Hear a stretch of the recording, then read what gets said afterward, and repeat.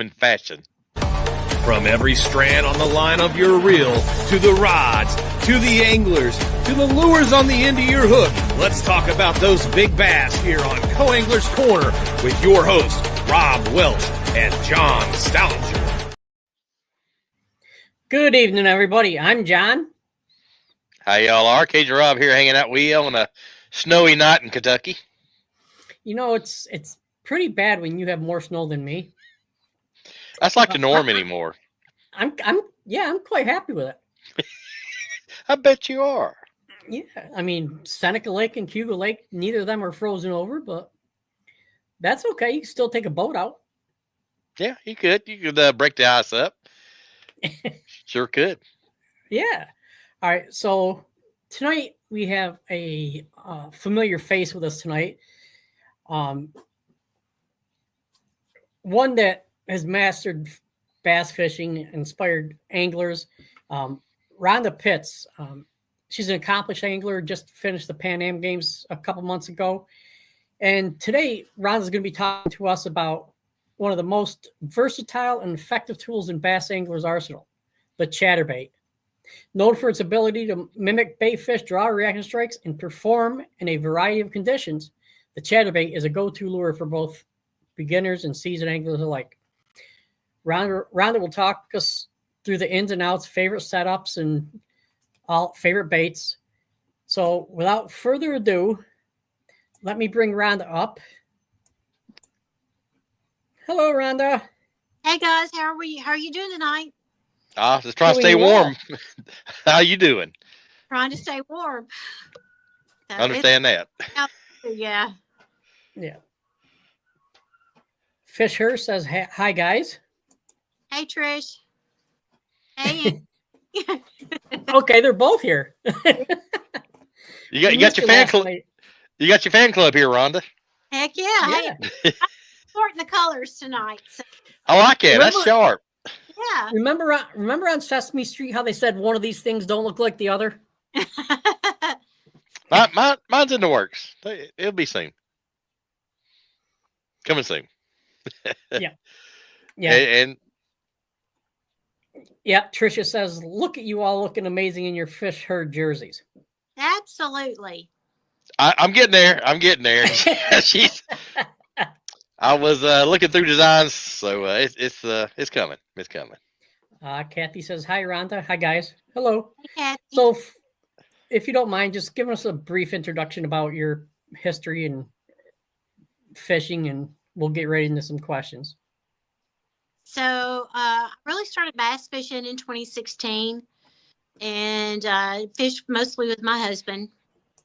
And 2 years ago, or I guess 3 years ago now, since it's 2025, in 22, I started my first year in tournament fishing, and I fished with the MLF, and I did some LBAA. And 23, I didn't have a lot of time at work, so I took that off from the tournaments series, but I did go to ICAST.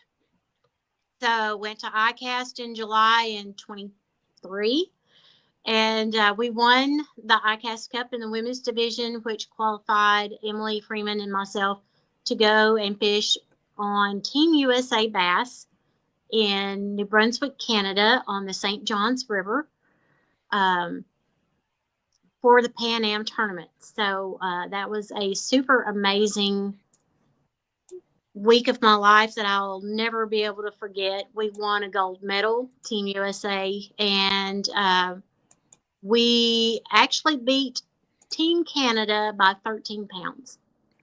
Wow. In their own backyard. So that was super. Right. So, 24, I fished the East Texas Lady Anglers, and I qualified through them to go to the LBAA Classic in October. I came in second at the Classic, had a win with East Texas, a second and a third place. Last year was just an amazing year for me. I caught 2 personal bests last year. I caught a personal best smallmouth. She was like 732. Wow. And then in September, fishing on Sam Rayburn with East Texas Lady Anglers, I caught an 838 largemouth. Ooh. So I was talking to Jacob Wheeler at the Pan Am and showing him pictures, and we were all just around, just kind of comparing notes. And he said, I would be more proud of the 7-pound smallmouth than I would be the 8-pound largemouth. Yes. And so I started talking to the guys, and he goes, guys, that's like a 7-pound smallmouth. He said, that's like catching a 10-pounder. And they were like, oh, yeah, that's like catching a 10-pounder. So everybody wanted to see all my pictures. And, we got to talk about Mohawk Trail Guide up in Akwesasne, New York on the St. Johns River.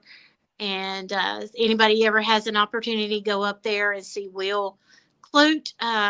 He will fix you up and put you on some good fish. So, yeah, I just had an amazing year last year. So looking forward to 2025 and see what it'll bring. Absolutely. Yeah, she's just hanging out with Jacob Wheeler. No big deal. Yeah. That's Mr. Clute is on the St. Lawrence River, not the St. Johns. Oh, Yep. yes. That's okay. That's okay. Yeah, Yes, you St. said Lawrence. St. John, so Yeah, he's Yep. right there on this St. Lawrence and St. Regis. They kind of right Yes. there Yeah. in Akwesasne, New York. he's one of the best St. Lawrence River fishermen going nowadays. Yes. Wow. Hey, John, I think you got an exclusive right here. Oh, yes. Rhonda, we are adding another Arkansas lady. Pam Horn is joining Team Fish Her. Oh, well, congratulations to Pam and congratulations to Team Fish Her, because Pam will be an asset to the team. Yes. Absolutely. She's class act. Yes. So way to go. All right. Yeah. So it didn't even easily fit in the oversized weigh bag. No. I told Trisha afterwards, I was like, I need to make the zipper bigger because I almost didn't get her in the weigh bag. Wow. So That's a good problem to have. yeah, it was a really good problem to have. Boy, she tore my hand up trying to get her out of the box too. Whew. I'm sure you didn't have to search around for the big fish in your weigh bag. No. I didn't have to search for that one. As a matter of fact, I had 3 fish that day, and I had, let's see, 838. I had 1388 was my total weight in 3 fish. So my second fish was right around 4 pounds, but in the picture when I'm holding them, the 4-pounder looked like A 2. Yeah. looked Pretty much. tiny compared to the other ones. So I was just really blessed. And Elisa Johnson, that's who I was fishing with that day, and we had a really, really good day. Awesome. Yeah, it's tough when, like, up here when you get 5 smallmouth between 5 and 6 pounds because they all look the same. Mm-hmm. So then you go to weigh them in for big fish, and it's like, oh man, was that the right one? Yeah. I got smart though. I learned a trick. Oh. What's that? Put some spike on the big fish's lip. Wow, That's pretty cool. that would work. Yes. I'm going to run through a couple of these hellos for you. We have hello from Denise. Hey, Jen Denise. Nolan says congrats to Pam Horn. And Terry Huffmaster says hello. Hey, Terry. I just want to do that real quick so we can get into talking about chatterbaits. Oh, yeah, definitely. So speaking of the 838, that is what I caught her on, was a white chatterbait. So, when you're catching fish like that, it's really, really hard not to be partial to the bait. Oh, yeah. Yes. So, I guess, most people, I call it a chatterbait. That's just my thing. It's a blade is what it is. Correct. It's a jig with a blade on the top of it. So, and there's so many different ways that you can fish it. as a matter of fact, that day on Rayburn, I was flipping it like a jig up in Wow. heavy. We were fishing. It was a flooded island. And so up in that timber, you can't cast. So, I was just flipping it up there at the base of the timber. And, when she hit it, she hit it. So, yeah, I mean, it's really hard not to be partial when you're bringing in big fish. Yes. We fish a lot of backwater here in Arkansas. And in July, August, when it's really super hot, the one particular place, we call it the hole. And Okay. when I explain this, you'll understand why it's the hole. It has a cut right through the middle of it, that's a little deeper than the rest of it. And there are certain times when it gets super hot, we can run that cut back and forth, run one side and then come back and run the other side, just keep doing that all day. And we can catch 2 to 4 pounders with a chatterbait all day. I mean, just wear you out. And sometimes it's every cast. Wow. So, and you can do it several, because I only get to fish weekends because of work. You can do several weekends in a row and every day. So when that rolls around and it hits, I am Johnny on the spot and ready to go. So I guess colors, I really have 2 colors, which is kind of odd. I caught the 838 on white. And my other color is a custom color from Slow Town Custom Lures. I'll say that again, Slow Town Custom Lures. They're in Northwest Arkansas. And Stephen has a color called Barker's Magic. His last name is Barker, Stephen Barker. And it's called Barker's Magic. And it has earth tones in it, and it has some subtle chartreuse in it that's it's not super bright chartreuse. I would have brought one, but I didn't figure you'd be able to see it on the screen anyway. But that'll give you a chance to and make you want to go and look up the website and maybe you order you one from Stephen. There you go. Absolutely. Barker's Magic and white are my 2 colors. And if I'm not fishing one, I'm fishing the other. Right. So, Okay.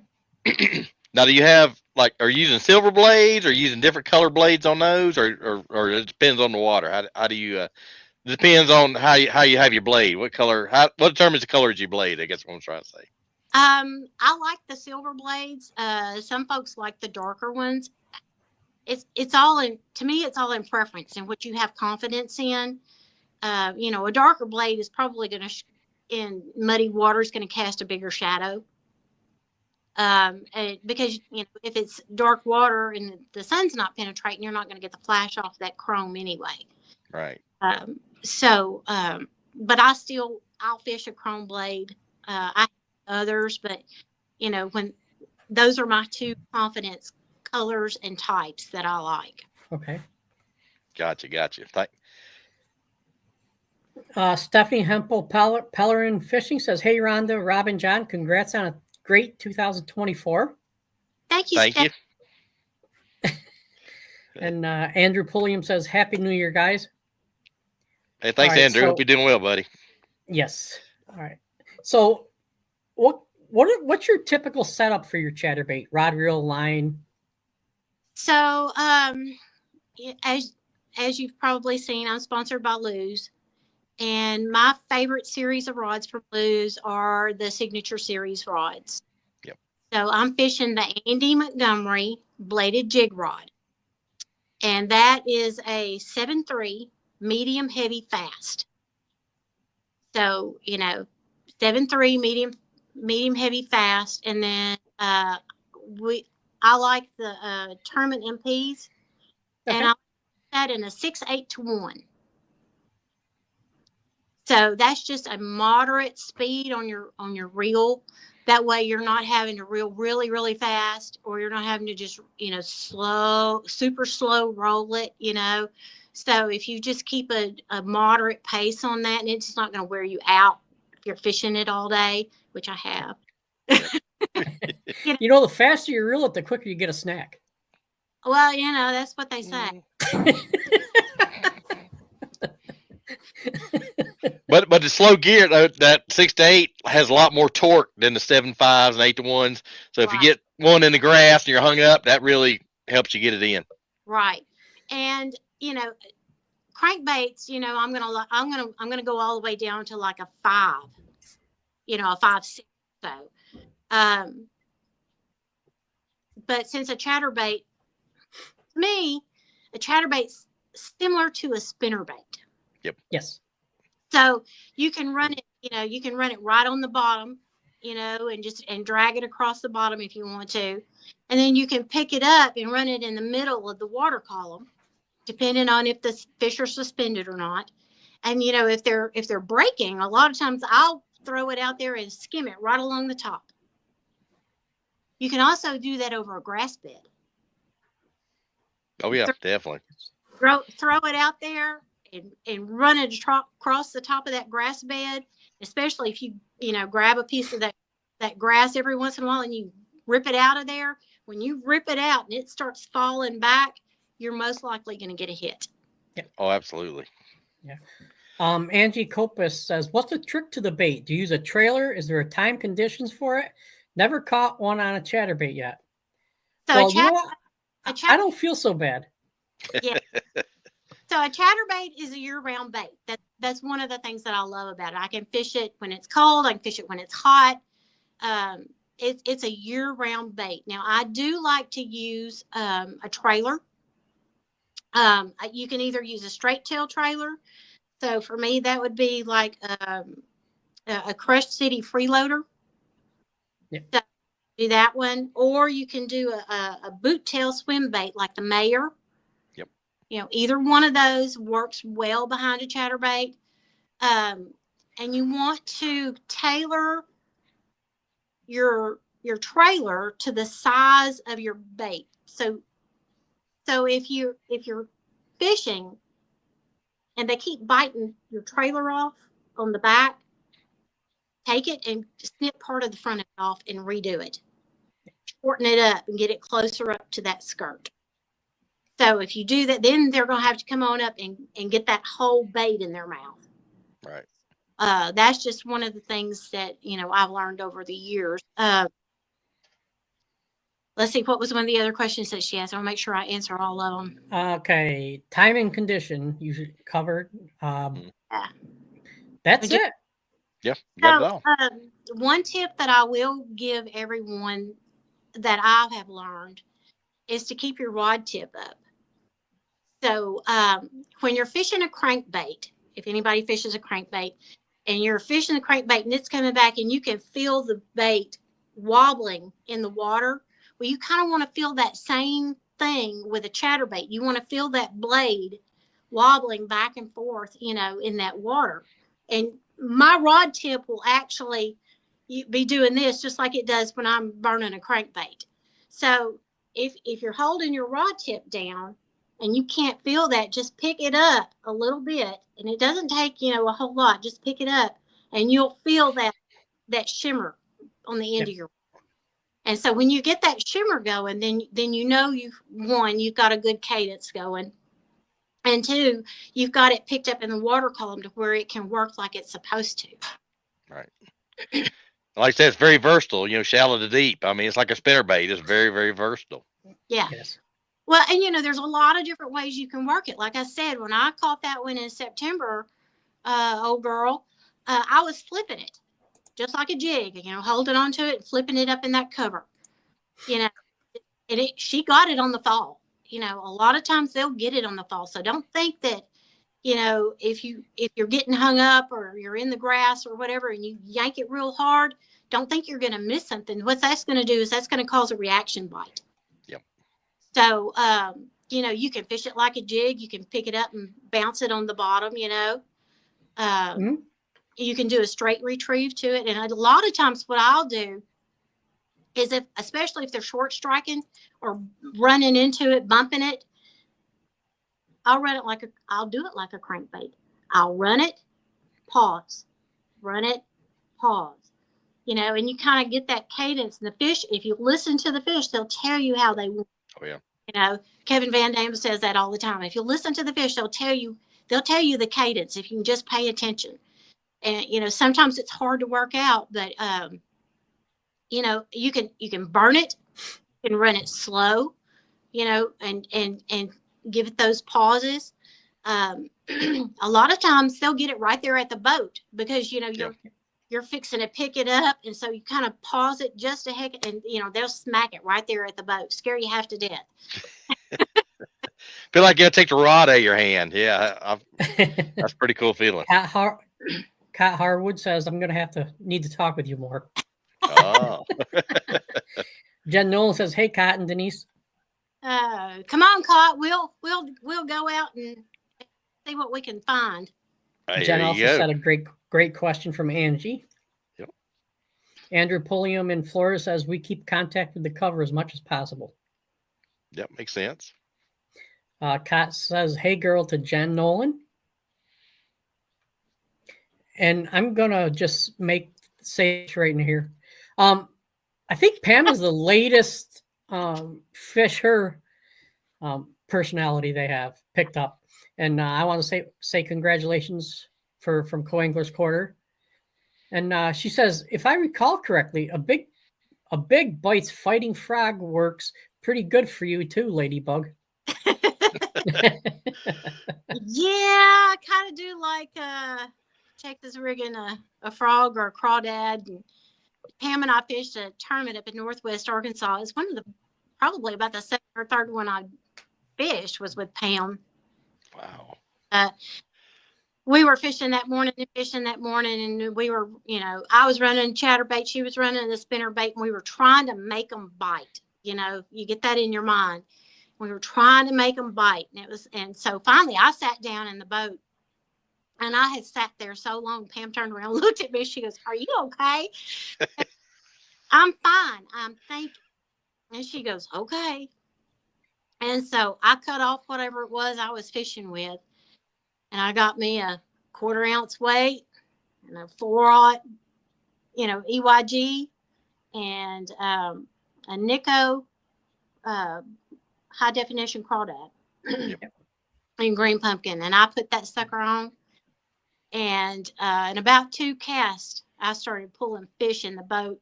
Next thing I know, Pam is in the front. She's digging through her boxes. No, I got something. And she's digging through her stuff. And so she changes to about the same thing. I think hers was the big bites bait, fighting frog. Yep. And we both started catching fish. And I think we both came in with our limit that day. And I was ounces out of having big bass that day. So we had a good day up on Bull Shoals that day. Nice. Can't beat that. You put the puzzle together. You got it all together. Yeah. Well, and that's the other thing, that's one thing with tournament fishing. You go out and, you've been planning for weeks, especially as a co-angler. Yep. You've been looking at the weather, and you've been looking at the lake, and you get every little bit of information you can get on the lake, and, you go to all the forums, and you go to this, and you go to that, and, okay, well, they say they've been catching on this and that and blah, blah, blah. So you've got a preconceived notion when you get there. Well, the fish don't care about you at all. And they will do something completely different than what you thought. And, sometimes you just have to sit down and take a minute and think about what you're doing. If you're running a running bait, like a chatterbait or a crankbait or rattle trap, something that's just chunking through the water, and you're not getting bit, slow down. Yep. Pull out that Texas rig worm or a Cinco or, something that, maybe they're not wanting to chase today, especially if it's cold outside. They may not want to chase today. I know on Grand, I had 4-inch Cincos. And first 2 days, all of my fish came on a 4-inch Cinco. Okay. So, you know, I don't think anybody else was probably fishing a 4-inch sea that day. Yep. So, I did change the last day and went to a regular, 5 or 6 inch. Robbie Hartline looked at me. She goes, well, why did you change today? And I said, honestly, because I'm tired of catching all them pumpkin seed brim. Yeah, And I was hoping bigger fish by fishing a bigger bait. So absolutely. my mindset anyway, at the end of the day, I was like, well, I could have just stuck with what I was doing. And because I was at least catching a lot of fish. And if you're catching a lot of fish, the big ones are going to be there generally. Yes. Oh, yeah. But, I had the bigger bait, bigger fish in my head. And so, that's just one of those things. You have a notion, the fish don't always do what your notion tells you that they're going to. My old team partner, you said they don't read Bassmaster magazine like we do. And that's No. true. No, they don't. They don't read Bassmaster, and they don't have Facebook to see what they're supposed to be doing today. And, even though they're pretty tuned into the barometer, they don't really care what the weatherman says either. So. Rarely. Yep. I have a question. We'll get Trisha's question first with Fisher. What trailer do you prefer, paddle tail, craw, or fluke? So, I like a straight tail. Like I said a while ago, like the freeloader, freeloader. I like that a lot. I used to only use the boot tail or paddle tail swim bait. Used to be the only thing I would put behind one. Yep. Until the freeloaders came out, and I kind of changed over to that. Believe it or not, if I'm smallmouth fishing, I'm probably gonna have a boob tail swim jig. Yeah. Woo, swim bait. So We know what you mean. Yeah. So yeah, it just kind of depends, but I have found that those freeloaders, it's hard to beat them. Yeah, really, awesome bait.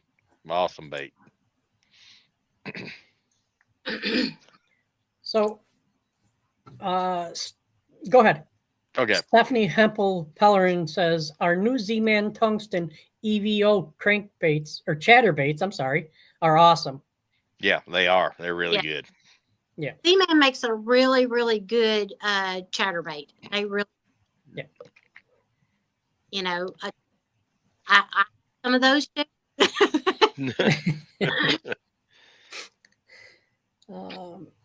I'll hit this one up. The Canadian fishing musician says, I love the wisdom and fishing terms Rhonda has.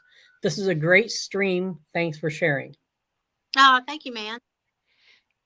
Yes. Hey, I love that. I love that name, Canadian fishing musician, man. That rhymes, man. I like it. Hey, thanks for commenting in. Yes. And I was going to ask basically the same question Jen Nolan is asking here. What's your recommended frog line? And we're not going to talk about frogs. Let's switch that to chatterbait. If I'm going to fish a frog, Jen, I'm going to be fishing braid. Yeah. Be fishing straight braid. I'm going to be fishing a heavy rod. So probably 7.5 reel, because I want to be able to take up the slack real fast. Yep. Absolutely. As far as a chatterbait, what line do you use? My preference is Seaguar 12-pound Tatsu, because it's like whoever said, well, you want to stay as close to that cover as you can. And if I'm fishing Tatsu, I have confidence knowing that is super strong line. It does really well in heavy cover. Matter of fact, Rayburn that day, I never broke off. Wow. And that's a jungle. That's a jungle out there. Yeah, it really is. During Pan Am, I pulled a rookie move, and we were fishing down a little canal, and I didn't realize that there was a highline wire over. Oh no. And I did. I right over that sucker. Well, and I wasn't thinking. Instead of just going up to it and cutting my line off, I was like, I don't know what I'm going to do, because you're not going to break my knot. Yep. And so Emily who was my fishing partner, she turned around and looked at the guy that was running the boat. She goes, she ain't gonna break her knot. There's no way she's gonna break her knot. I forgot how I got it out of there, but I think it sounded like when I finally broke it, because I have to break the line itself. I have to pull so hard. I have to wrap it around and pull, but I'll actually break the line if it's got any weak spots in it at all. I'll break the line before I'll break my knot. Wow, that's confidence there. My knots weigh more than I trust most people. Good way to put What it. knot was that? What knot was that? Huh? What knot were you using, or do you use? It's really just the old fishing knot. You know, you run it through your bait. Well, I don't have any line here, but I got baits here. Run it through your bait, pull it up, and hold both ends. Yep. Wrap it 5 times. Go through the bottom loop, go through the top loop, and cinch it down. Okay. Got you. Can't go wrong there. I might be able to figure that one out. Small Water Charters from Okeechobee, Florida. Welcome. Well, now, question about sizes. Mm-hmm. Do you use various sizes, or you just stick to one? 3/8 and a half ounce. Okay. Is there any? It depends on wind, current. Mostly wind and current are my two key factors. If it's super windy outside, you're going to want that heavier bait, so you can cast it. And if you've got a lot of current coming, you're going to want a lighter bait so it doesn't suck it down so fast. Right. Also, one That of the makes things. sense.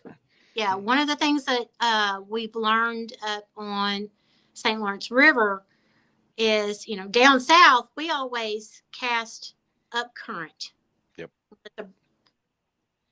Up there, you can't do that because the current's so swift in the St. Lawrence River, it will just suck you right to the bottom in the rocks. Yep.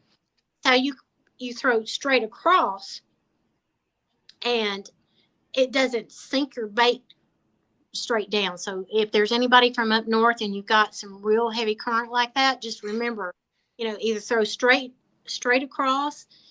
And I'll be honest with you, I learned this from my guide up there, Will.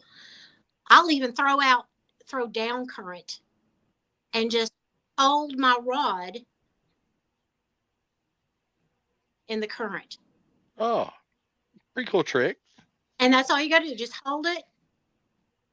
And so your bait's back there doing this, you know, and the current's carrying it. And you'll be surprised how many fish you'll catch. That's cool. Can't beat that. Heidi Adams says, hello, everyone. Hi, Heidi. Tricia says, Tatsu is amazing. She uses it for her leaders. Yep. Canadian fishing musician is the fisherman's knot is his favorite knot. Yeah. Yeah, I knew it had a name. I couldn't remember it. Thanks for reminding me. The old fisherman's knot, that's all I knew it. And we do have a technical question for you. James Manold says, do you trim your skirts? It depends. He's talking about the chatterbaits. I understand.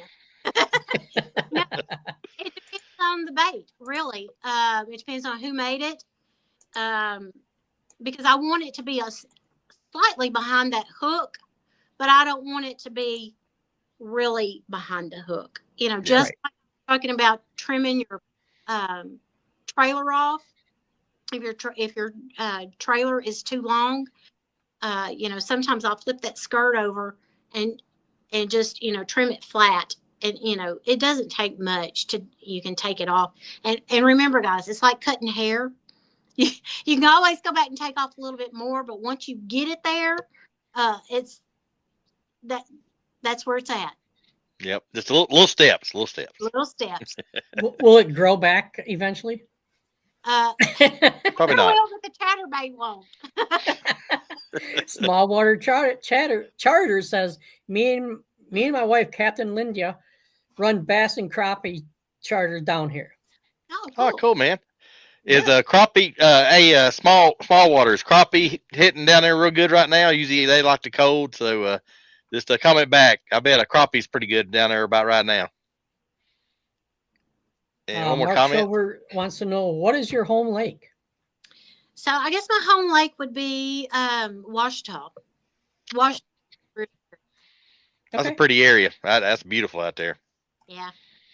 We live in a geographical oddity. We are about 2 hours from anywhere. Except the Arkansas River. We're about 25 minutes from the Arkansas River, and we fish the river a lot. Okay.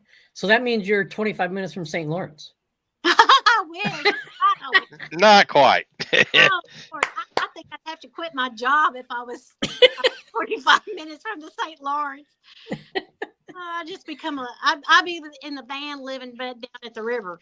There you go. Yeah, but when you go east, you keep gaining an hour. So what? You'll gain a couple hours. So there you go.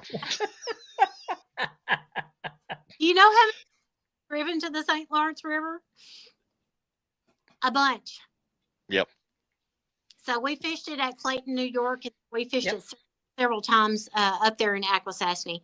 Akwesasne is a neat little town. Like I said, Mohawk Trail Guide Service is top notch. Outstanding. Now, do you get in? Oh, sorry. JT Pitts says, chatterbait at the hole is what reduced me to netman. I sat in one spot and just took fish off. Well, it Nothing happens. wrong with that. Yeah, that happens. Yeah. Now, do you get into different blade colors, or do you primarily stick with one? I primarily just stick with the chrome or silver, whatever you want to call it. Like we were talking earlier, if you're in some super dingy water and it's cloudy out, maybe a black one would help. I can't attest to that. Yep. Okay. So I know fish are really partial to color.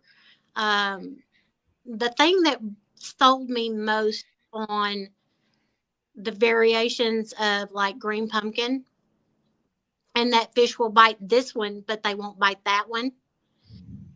We were watching an MLF tournament one day, and Ike Nelly was fishing a wacky worm because, he was one of the first ones to come out on the tournament circuit doing that. Yeah. And he had a green pumpkin pepper, I think is what it was, or green pumpkin black flake. And I mean, he was catching fish almost every cast that day. And he caught a fish. Of course, it chewed his worm up, and he went to get his bag out, and he was out. Oh. And he's like, oh, God, I'm out of. And so he starts thrashing through the boat, and he finds one that's really close, and he starts fishing with it. He's catching one, here, there. And so, tournament goes on, and it comes back to him, and it's been a while. He found another package of that worm. And started catching. And at that point, I said, okay, it really matters. Yeah. You hear there's 3 colors. There's green pumpkin, white, and black and blue. And those are the 3 colors, and everything else is made up for the fishermen. Yep. So I saw that tournament, and I watched Ike Nelly catching those fish. And when he made that subtle change on that color and stopped catching fish, or as many fish, because he's still going to catch fish, he's Ike. Right. It made a believer out of me that there are subtle changes, such as going from just a straight green pumpkin to a watermelon red, green pumpkin purple, green pumpkin black flake. I mean, and sometimes it's just that subtle little change, and they'll start biting. Oh yeah, I've seen it. Or different weight. You go from 1/8 to 1/4 or something. Just little minute. Like you're tweaking it. You're tweaking it just a little bit. Small Water Charger says, yes, we are mid-spawn right now, catching 13 inches, roughly 2 pounds. Wow. That's huge, man. That's dinner plate size right there. Kirk Allen Outdoor Adventures, welcome to the show, from New Jersey, and he also comments that Ike and Ellie's from New Jersey. Yep, he is. Yep. So, Rob, I'll tell you, one of my coworkers went over the holiday crappie fishing, sat in one spot, caught 60 in about an hour. Wow. I went to me and my dad went to Weiss Lake in North Alabama one time, and the guide had been there before the lake was made. And there's one little tree in the dam, and we sat there and caught like 60 on that one little tree. I mean, it was just insane. Yeah. But he knew where that was, and it was a little bitty tree. I mean, it was like maybe 6, 8 foot, and we loaded the boat. That blew my mind. Kirk Allen Outdoor Adventure says, watch a couple of your charter videos today. Oh, must be small water. Must be small waters. We'll have to check that out. Yeah. Question for you. Can you give us some tips to avoid doing with a chatterbait? Is there anything you'd avoid? The main thing is, like I said, watch your cadence. Mm-hmm.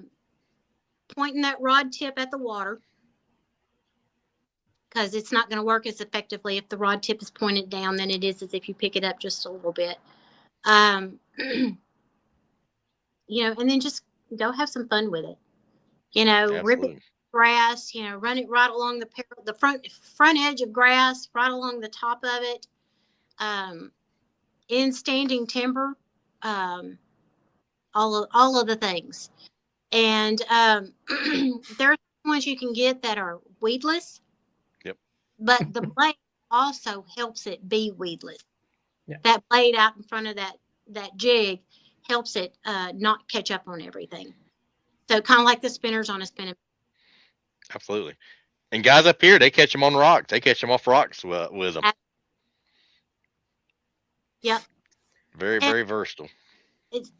So you can fish it like a jig. Yep. So you can hop it. You can fish it like a crankbait. Off of rocks and limbs and whatever, because you're trying to get that reaction. Fish it like a rattle trap over the grass and down the the front edges. And that's the thing about a chatterbait is it is so versatile. And you can put a chatterbait in a newbie's hands and let them chunk and wind. And as long as they're just giving it, just a regular, not burning it up or whatever, 9 chances out of 10, they're going to catch. Oh, yeah. So, like I said, it's just a favorite. Absolutely. And it's a great bait for kids to use as well. Yeah. Yep. Heidi Williams says the trusty wacky worm. Oh, yeah. Can't. Yep. Kirk Allen says, yep, small water he was talking about. Yep. He said, thanks. Hope you enjoyed them. Okay. We're getting on their side conversation. Let's try to get something for Rhonda here. All right. What's the best day you had on chatterbait? What is conditions wise? Is it kind of cloudy, windy? What's your prime conditions for chatterbait? So at the hole where I was talking about the backwater place, sunshine, hot as Hades. Wow. Yeah, believe it or not, sunshine, hot as Hades. September. I mean, September on Rayburn, it's warm. It was warm. Oh, yeah. It was kind of overcast though. So, yeah, that's the great thing about it. Sunshine, overcast, it don't matter. That's a good thing. Hey, that's a good thing. All right. Heidi says watermelon red flake usually hits when nothing else works. Yep. That's good all around. Nice. Yep. And you ever fish it with braid? If I were to go to Lake Fork tomorrow, I would probably fish it on a 65-pound braid. Now, would you switch up your rods as well to go to a softer tip? No. No. Okay.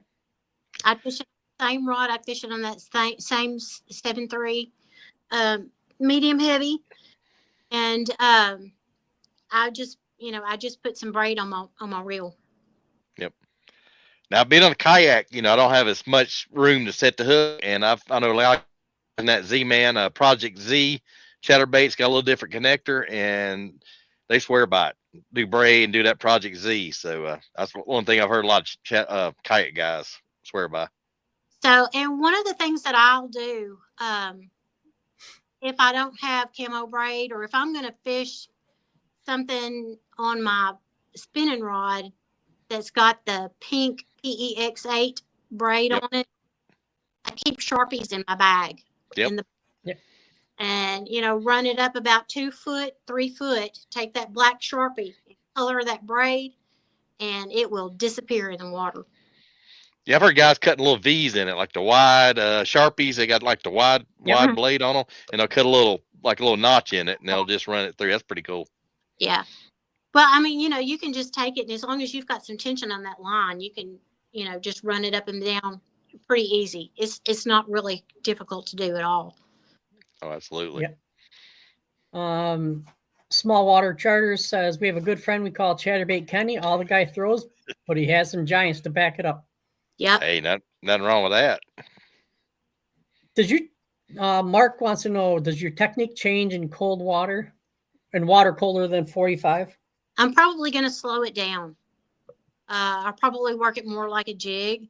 If they're not wanting to do that, then I'm probably going to do the retrieve and pause.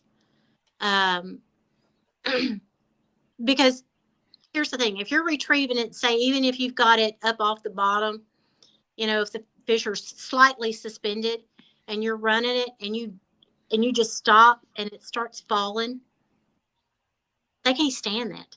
They hate it. They kill it now, So, yeah, in the wintertime, and I would probably fish a smaller one. If the wind current allows, I would probably go to the 3/8 ounce. Okay. Makes sense. And shorten up that trailer on the back of it. So. And it gets you a slower fall. That lighter weight kind of give you a slower fall too. Exactly. So. I'm looking through here. I saw a comment. Oh, here it is. I've made size changes with chatterbaits to slow them down and made a big difference in summer bass. Yep. Yeah. All right. What do you think of the jackhammer clear blades? Have you ever? Yeah, I haven't run one of the clear blades. Other than it giving off the vibration, I don't know what advantage a clear blade would give you, because you're not getting the flash, because it's clear. Even with the black one, you're going to get some kind of reflection off of it, but a clear one, I'm not saying it's a bad thing. I don't understand the reason for wanting a clear blade. Right. That's just me. Yeah, or maybe super clear gin water. Maybe that's the only thing I can figure. Yeah, but I would think you'd want a little bit of the reflection from the blade. So here's my question. If you were going to run a spinnerbait, would you put a clear blade on it? Nope. So yeah, that's my mindset, Oh, I understand. The only thing, Small Water Charter says they use a Sharpie trick as well. Yeah. There you go. The only thing I could think of is the clear blade is you're giving it a smaller profile. Yeah. Well, you can get those smaller chatterbaits comes with a smaller blade on it. Yes. Yeah. All right. That's a good point from James. It gives a tighter vibration using the clear. Okay. Yeah, makes sense. Now, probably because it's plastic and not a metal. It could be. Or different sound hitting the head, maybe too. Yep.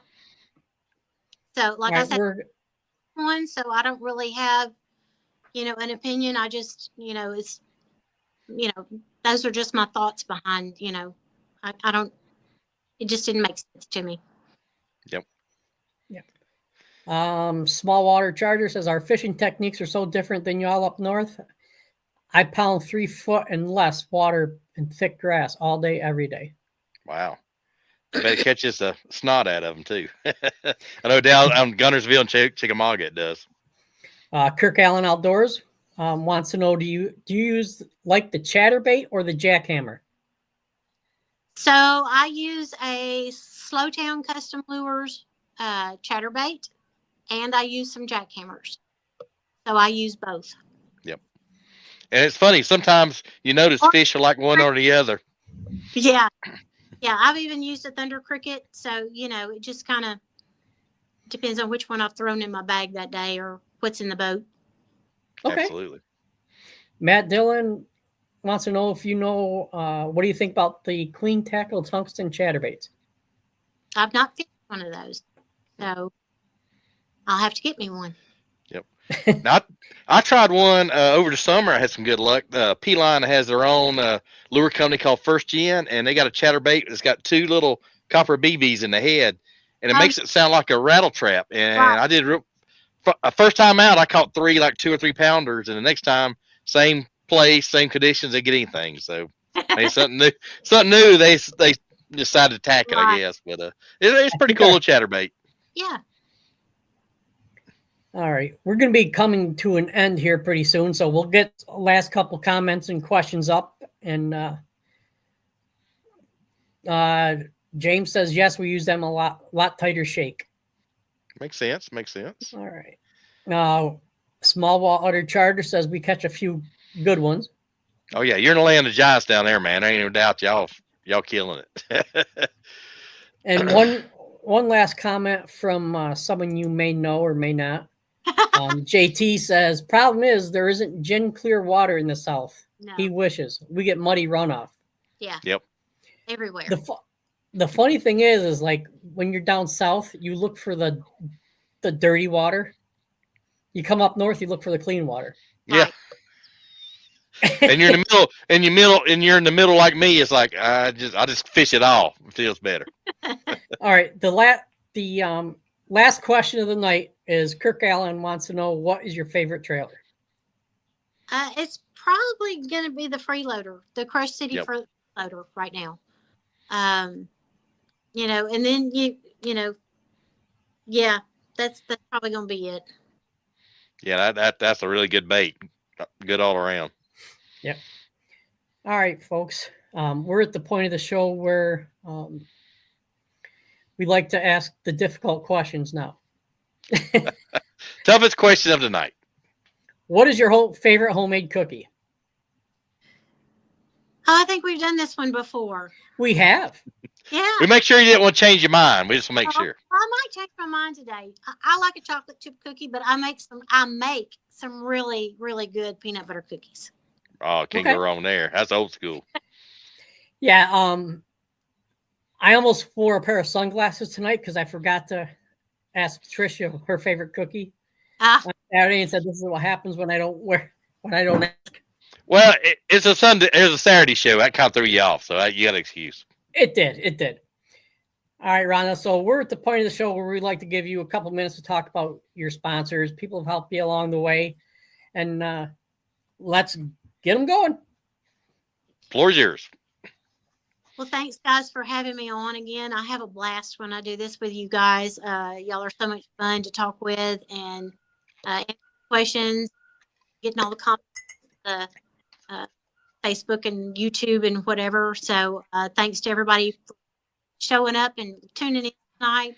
Hope I gave just a little bit of information that you could take home and apply to something and catch a fish with.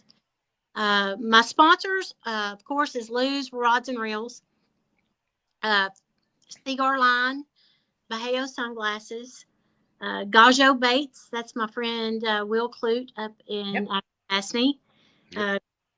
Click Baits Custom Lures. Jason is an awesome painter. If you have some custom paint job you want on a crankbait, glide bait, whatever, jerk bait, he can paint it for you. Great Lakes Finesse.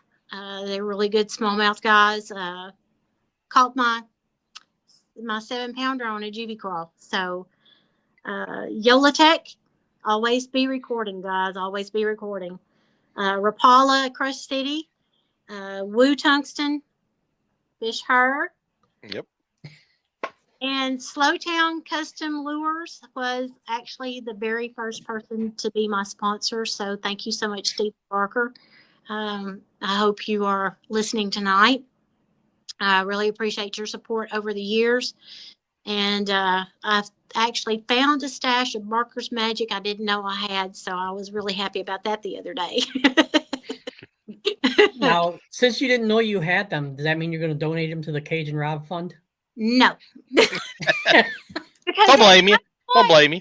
At one point, he couldn't get that skirt material anymore, so I started hoarding them. So, yeah, no, I don't part with those very, very easily. Joey barely gets a chance to use those sometimes. I'm like, no, you can have one of those. That's tournament only. That's tournament use only. I don't blame you.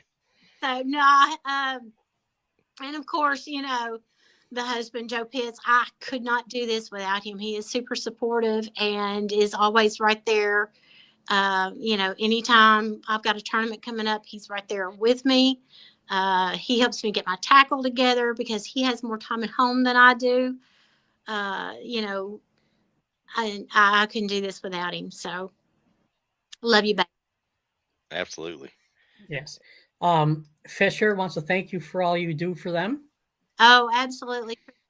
You guys are the best, and looking forward to getting my jersey for 2025, and I'm really looking forward to that jacket. I may get that some real hard to use this year. Absolutely. Way the weather's been going, you'll need it. Yeah. Thank you, Kirk Allen. Outdoors. If when you come up to New York again, if you want, I mean, I'm on Cayuga Lake. Oh, okay. Yeah. Okay. I think that currently has the biggest largemouth in the state. Okay. Wow. Sweet. And for the last 3 years ago, it had 3, 2, and last year, they caught the biggest smallmouth in the state. Oh wow. It's on a roll. Yep. Yeah, And it got beat out by what's that? I've heard a lot of good things about Cayuga. We just, you know, we're usually deadlining it to act with Sassy when we come up there. So, but I'll keep that in mind. Yeah. No, you're more than welcome. We got the spare bedroom with the microwave, mini fridge, bathroom. Well, thank you for the offer. That's great. Appreciate it. And yeah, the biggest fish in New York now is a smallmouth is 9 pounds. I'd take it any day of the week. Wow. That's a tank. That's a tank. Jeez. There's a story about that. He weighed it in a New York State Federation tournament, and since their scales weren't I